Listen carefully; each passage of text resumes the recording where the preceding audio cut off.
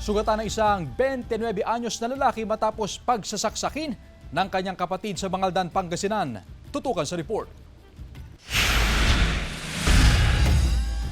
Sugat sa iba't ibang bahagi ng katawan ang tinamo ng 29 anyos na lalaki matapos siyang pagsasaksakin ng sariling kapatid sa Barangay Aman-Sabina, Bangaldan, Pangasinan. Sa investigasyon ng pulisya, sa iisang bahay nakatirang magkapatid. Nagkaroon daw sila ng hindi pagkakaunawaan dahilan para kumuha ng kutsilyo sa kusina ang 24 anyos na suspect at pinagsasaksak ang biktima. Upon struggle of the said victim, he was stabbed by his brother. Yeah, multiple stab wound. As of now, he is recovering.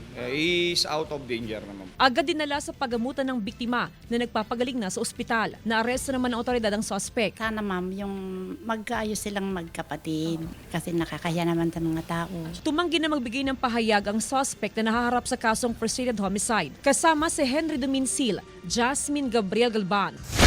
One North Central Luzon.